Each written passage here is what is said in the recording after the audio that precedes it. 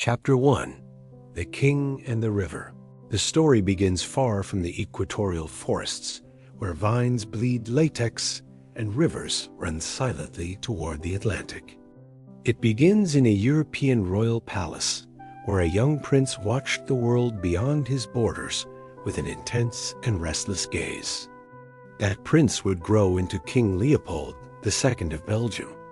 His name would be linked forever with the Congo Free State. His legacy would be built on architectural grandeur at home and an empire of terror abroad.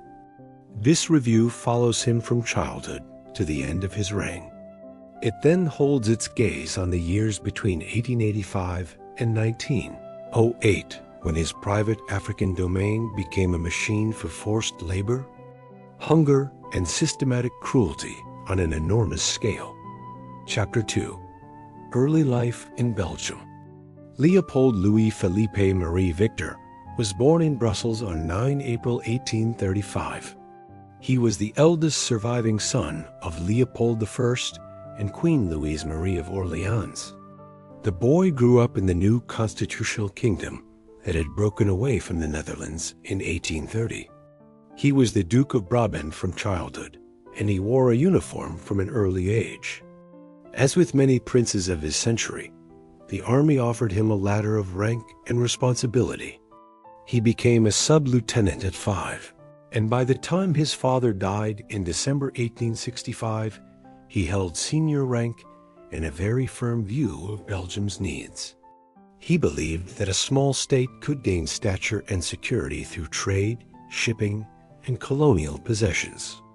The new king took the oath on 17 December 1865. He would rule until his death on 17 December 1909, the longest reign of any Belgian monarch. In 1853, he married Marie Henriette of Austria. She was the daughter of Archduke Joseph of the Habsburg line, and was known for her energy and love of horses. The marriage produced 4 children. Princess Louise was born in 1858.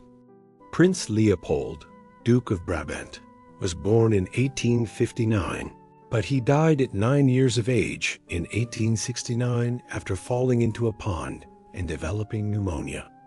Princess Stephanie was born in 1864. Princess Clementine was born in 1872. The marriage was unhappy. The couple lived increasingly separate lives, and after the mid-1890s, Marie Henriette spent long periods in the spa town of Spa, while Leopold turned his attention ever more to grand building projects and to Africa. Inside Belgium, he devoted himself to bricks, stone, glass, and promenades. He championed parks and galleries in Brussels and Ostend. He encouraged the creation of the Royal Museum at Tervuren and a network of monumental spaces that still shape the look of the capital. He earned among some Belgians the nickname Builder King. Behind these public works sat another project. He did not only want to decorate Belgium, he wanted to lift the monarchy into the ranks of powers that possessed overseas territory. He wanted his own colony. Chapter 3: The Imperial Idea and the Road to the Congo. The middle of the 19th century saw European powers push deeper into Africa. Leopold studied the maps and the journals of explorers. He read travelogues and spoke with merchants. In 1876, he convened a conference in Brussels, which gathered geographers and explorers. He presented a philanthropic banner for a new association. Its stated purpose was to open the interior of Central Africa to science, trade, and the suppression of the slave trade. The association became an umbrella for a second body called the International Association of the Congo. Under that label, agents would claim land by treaty along the Great River to carry out the work on the ground. Leopold sought the services of Henry Morton Stanley. Stanley, famous for his journeys to the interior and for following the Congo River, returned to the basin in 1879 at Leopold's request. Over several years, he secured a chain of stations, roads around the lower river rapids, and hundreds of local agreements, which in European legal thinking amounted to cessions of sovereignty. In Europe and in the United States, diplomats saw those documents and the maps that came with them. In 1884, the government of the United States recognized the International Association of the Congo as a legitimate sovereign in the basin. In late 1884 and early 1885, European powers met in Berlin to confirm rules for the partition of Africa. In that conference, they recognized the authority claimed by Leopold through his association. When the conference closed, the enterprise was soon renamed the Congo Free State. It was not a colony of Belgium. It was not a territory of the Belgian Parliament. It was the personal possession of King Leopold II. He did not travel there. He controlled it from Brussels. Chapter 4, From Map to Monarchy in Africa. In 1885, the Congo Free State existed as ink and seal on European paper. On the ground, the new state comprised a string of posts and river steamers with wide spaces in between. Leopold's administrators tried to extend control through districts, zones, and posts. To enforce that control and to wage campaigns against rival powers' enslaving networks, they built a colonial army called the Force Publique. European officers commanded African soldiers recruited from various regions. The army's tasks included internal pacification, frontier wars, suppression of resistance, and the enforcement of state decrees about labor and taxes. In practice, the line between soldier and tax collector blurred. Where posts were isolated and officers were few, violence often replaced negotiation, and soldiers policed villages day and night at the same time. Leopold's administrators declared that nearly all land and resources belonged to the state. They carved large concession territories and granted their commercial exploitation to chartered companies. These concessions gave companies the right to monopolize extraction of ivory and sissi. Most importantly, after the 1890s, wild rubber. Company agents were paid in part through commissions on output. The state backed them with armed force.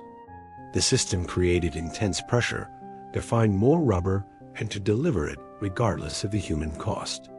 Villages soon learned that failure to meet the set basket of rubber would be punished. Chapter 5. The Rubber Boom and the Tax on Human Bodies. In the 1890s, the world price of rubber rose sharply because bicycles and automobiles created an expanding demand. The Congo basin held wild vines that yielded latex. In concession zones such as those of the Anglo-Belgian, India Rubber Company agents counted the adult male population and set fixed quotas. A typical quota was about 4 kilograms of dried rubber per man every 2 weeks. The number could be higher in some locations. Company police and state soldiers lived among the villages to enforce the obligation. Payment to villagers was usually in trade goods of small value. The real compulsion was punishment. The methods were simple and relentless. Soldiers seized the wives or children of men to hold as hostages until the quota was met. Prisoners were kept in makeshift stockades where disease, exposure, and hunger killed many. Villages that fell behind saw their leaders arrested and chained. Flogging with the hippopotamus hide whip called the chikara left backs striped with blood. Lashes could rise into the hundreds. Beatings crippled men and left lasting scars. Patrols burned villages and took food stores to weaken resistance. Men forced to carry loads for long distances collapsed on forest paths. Hunters, farmers, and fishers were pulled from their work for weeks to search for vines in ever more distant stretches of forest. As vines near a post were destroyed by destructive tapping, men had to trek over greater distances to find what remained. Hunger spread because agriculture was abandoned for rubber. Another method became infamous. Soldiers had to account for the bullets they used. Supervisors demanded proof that ammunition had not been wasted or sold. They demanded the severed right hands of people shot during patrols and punitive raids. The practice did not begin everywhere at once. It was not enforced in the same way at every post. But the collection of hands as tallies of death became one symbol of the regime.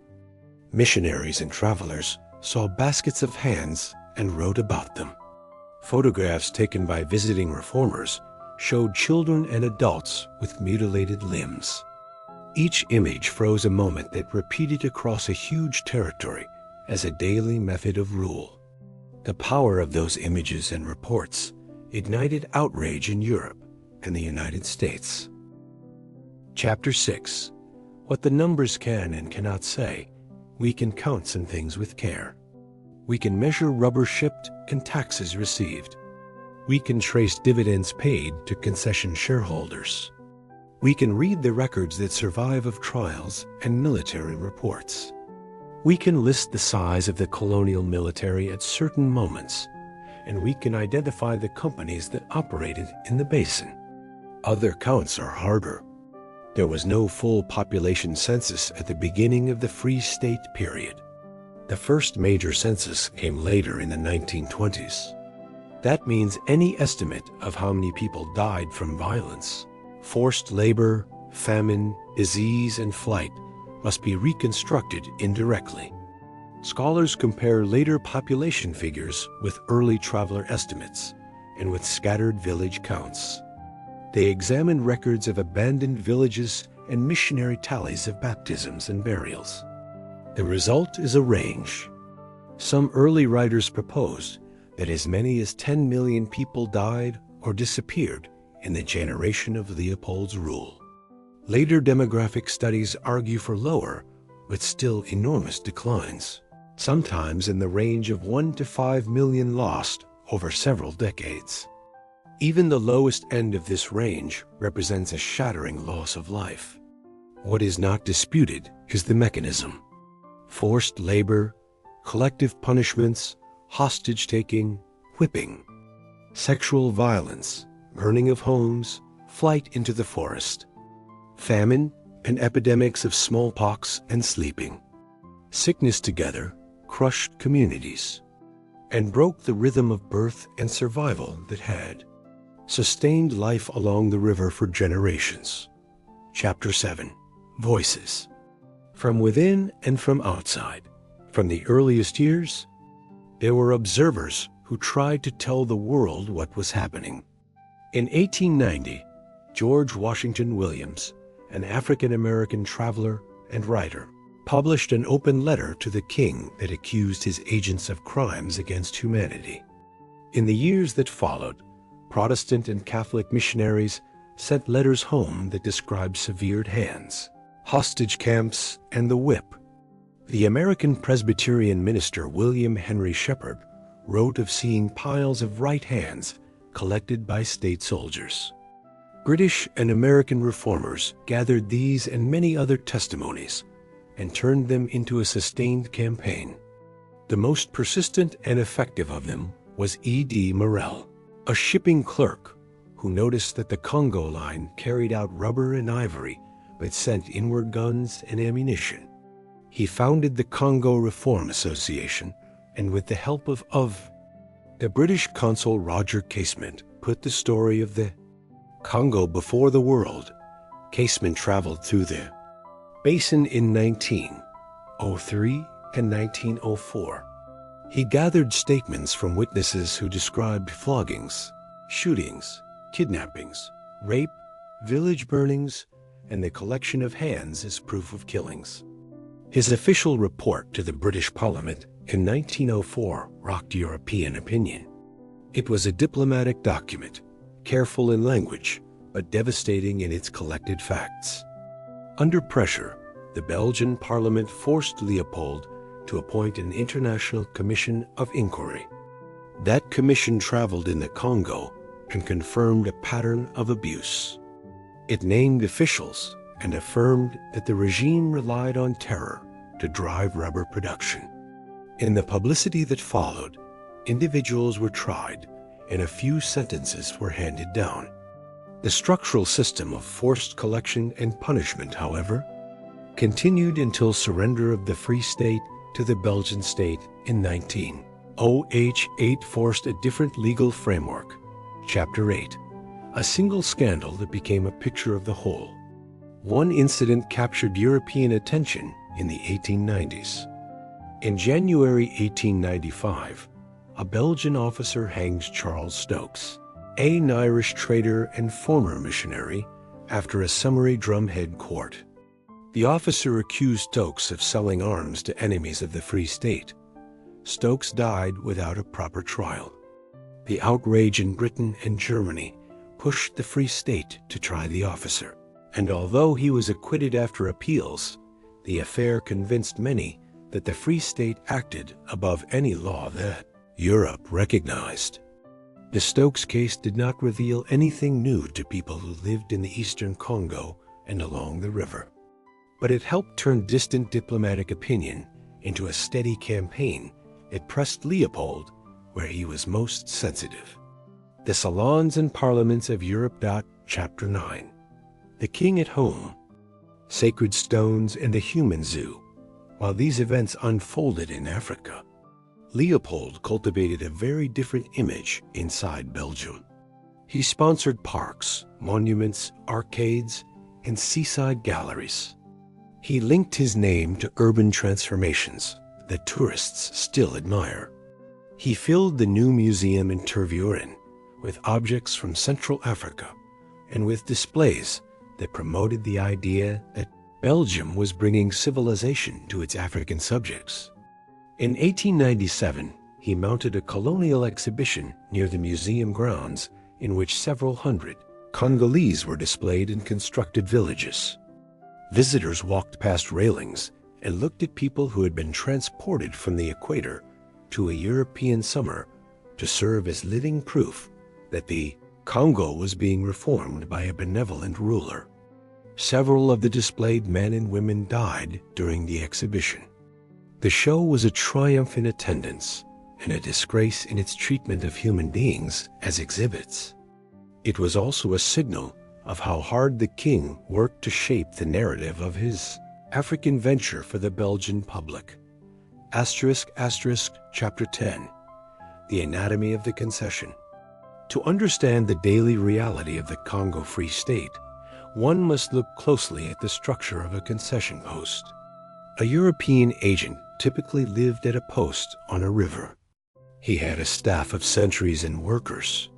He kept a census of the surrounding male population and fixed a rubber quota for every man. The standard payment for a full basket might be a knife of little value, or a small length of cloth, or a handful of beads. The agent was under pressure to increase output every month because his commission depended on it. If a village failed to meet the quota, the agent sent his sentries to seize wives or chiefs, or both. He kept hostages in rough prisons where disease killed many captives every week. He ordered flogging with the chikoro. He ordered punitive raids where houses were burned and men were shot. Under some officers, soldiers had to return with the right hands of the people they killed in order to justify the ammunition they had expended.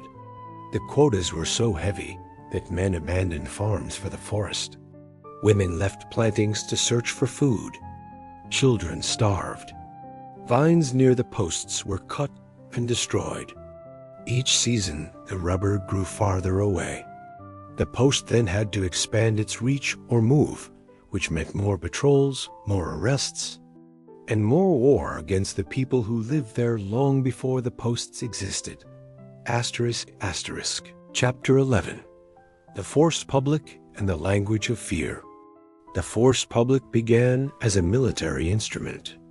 It quickly became the blunt edge of a labor regime. European officers and non-commissioned men commanded.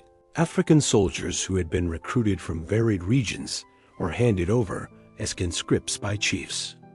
The army became the traveling face of the state. Civilians heard the crack of the whipchicot. They learned that soldiers arrived with chains, with rifles, and with demands. The army accompanied company agents on rubber collection, and it conducted its own sweeps to impose state taxes and punish revolts. Villages fled at the sight of patrols. Leaders were seized and taken away. Boys were impressed as soldiers and porters. In the eastern regions, the army fought a brutal war against the networks labeled Arab and African slavers.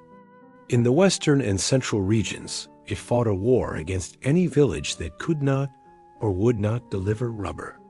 The larger the quota and the poorer the vines near a post became, the more often the soldiers returned to compel obedience. Fear was the language of the regime. Asterisk, asterisk. Chapter 12. The International Campaign that Broke the Private State. From 1904 onward, a campaign led by reformers prevailed in parliaments and newspapers. The casement report and the photographs collected by reformers made denial impossible. In Belgium, a coalition of Catholic leaders, progressive liberals, and socialists pressed the issue. They did not always agree on the solution, but they forced debates that Leopold could not dodge. The king attempted limited reforms and dismissals. He increased the share of revenue that went to the public works he loved inside Belgium. He fought to keep control, but he could not silence the storm. In 1908, the Belgian parliament annexed the Congo Free State. It paid to absorb the debts and bonds of the king's African enterprise, and it even gave him a personal sum. The private monarchy in Africa ended, and a colonial administration under parliamentary law replaced it. The new colonial state was less lethal, especially as the rubber boom declined and plantation rubber from Asia broke the price that had driven the wild harvest. Yet forced labor, racial hierarchy, and coercion remained part of the Belgian Congo for decades to come. Chapter 13. The Private Man. The final year and the funeral. Leopold's private life was the subject of gossip during his reign. In his later years, he kept a relationship with a much younger woman named Caroline Lacroix. He lavished wealth on her and on their household.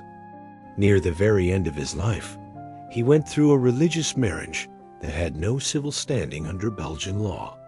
The relationship angered many Belgians, not because of what had happened in the Congo, but because of money and propriety. On 17 December 1909, Leopold died at Laeken. The crowd that gathered along the path of his funeral cortege booed. The public sense of who he was had shifted. He was still the builder king to some. To others, he had become the king whose name was tied to a distant country where millions suffered and died during his personal rule. Chapter 14. The Reckoning and the Long Shadow. The Congo Free State ended in 1908. The violence and the trauma did not end overnight. The period left marks that would last for generations. Communities that had been broken or scattered needed time to rebuild. The Belgian Congo brought schools, clinics, and infrastructure, but it also entrenched a hierarchy that treated African people as perpetual minors. The forced public and colonial prisons kept a harsh order. The economy served Belgian needs above all else.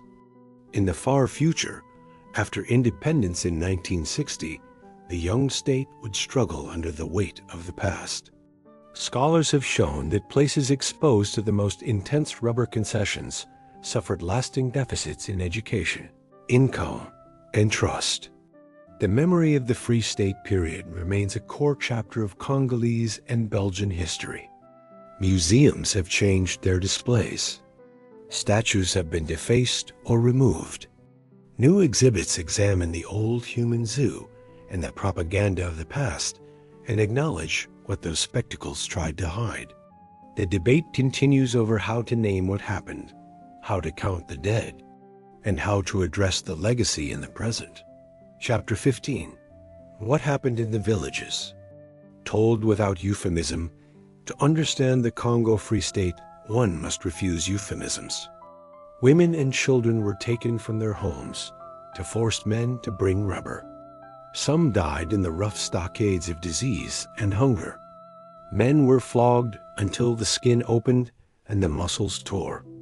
Patrols moved through traditional gardens and burned them to the ground. Chiefs were chained by the neck and paraded as cautionary warnings. People were shot for suspicion, and people were shot for trying to escape. Right hands were cut off as proof of killings or as mutilation to send a message. Piles of hands were counted by soldiers and officers. Villages fled into the forest and hid for weeks. In some places, vines were destroyed in the desperate harvest, which meant that the next season men had to walk even farther, which meant they spent less time planting, and more people starved. Sleeping sickness swept along paths and rivers. Smallpox burned through households, weakened by labor demands and by hunger. Children were born into a landscape where fathers were absent in the forest, and mothers bartered what little food remained. The Free State made life itself a tax, and the currency was rubber measured in baskets carried by men whose backs bled under the chikara. 16. Counting the cost and naming the responsibility. The cost of this regime cannot be reduced to a single number, yet numbers help us see scale. In concession zones, a standard adult male rubber quota of around 4 kilograms of dried rubber every 2 weeks meant weeks lost from farming, fishing, and hunting. Prison records from some posts reported several deaths per day from disease and starvation. Photographs taken by reformers captured mutilations that words hardly convey. Demographic studies that compare later censuses with earlier estimates conclude that several millions of people disappeared from the count during the decades that include the Free State. The deaths came from violence and punishment, as well as from hunger and disease that followed in the wake of forced labor and social collapse. Responsibility begins with the man who designed the system and kept it in place when the evidence of its cruelty became undeniable. Responsibility extends to the company agents who profited from commissions tied to output. Responsibility extends to soldiers who enforced orders with whips and chains and rifles. Responsibility extends to the European investors who cheered dividends and to the visitors who applauded exhibitions that displayed human beings as if they were. Curiosities. Chapter 17. Annexation and the Archive of Silence. When the Belgian Parliament annexed the Congo in 1908, it paid to shoulder the debts of the Free State. It took over the bonds, and it also gave the monarch a personal payment. The legal fiction of a private African state ruled by a European king ended. In the last months before this transfer, records were destroyed in Brussels. What survived in missionary archives, in diplomatic papers, and in scattered company files is enough to tell the story with clarity.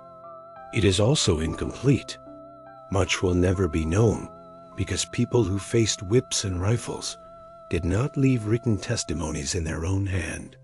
What remains are the echoes of their voices in the statements they gave to visitors, in the letters missionaries sent home, in the photographs of grief and loss, and in the silence where a census ought to have been. Chapter 18. The present looks back. Modern Belgium has been forced to look again at the 19th and early 20th century. Museums that once celebrated a civilizing mission now house exhibitions that confront the public with the realities of the Free State. Debates over statues, names of streets, and royal memory animate politics and culture. In the Congo, the past is never far away. The long-term effects of coercion and extraction still shape local economies and social trust. Academics have measured worse outcomes in places that lay inside the old concession maps. Families still tell stories of grandparents who were taken to serve as porters or who were whipped in front of the post. The past is not past. It shapes both countries, and it calls for honest narration and moral clarity. Chapter 19. Closing Reflections. Leopold II was born a prince and trained to see the world as territory to be ordered. He crafted a modern European capital of stone and glass and created promenades and galleries that endure. He also built an African domain based on lies, militarized labor, and cruelty. He promised civilization and sent soldiers to cut hands from the dead and to take children from their mothers. He told Europe he fought slavery while he created a labor system that enslaved villages through tax and terror. The Congo Free State stands as a warning about what happens when one man merges the hunger for prestige with the machinery of a private state. It stands as one of the clearest examples in modern times of how economic desire and racist ideology can twist law and government into an engine that eats lives. Remembering this story requires more than outrage. It requires attention to the details of how the system worked in order to recognize similar patterns when and where they appear again.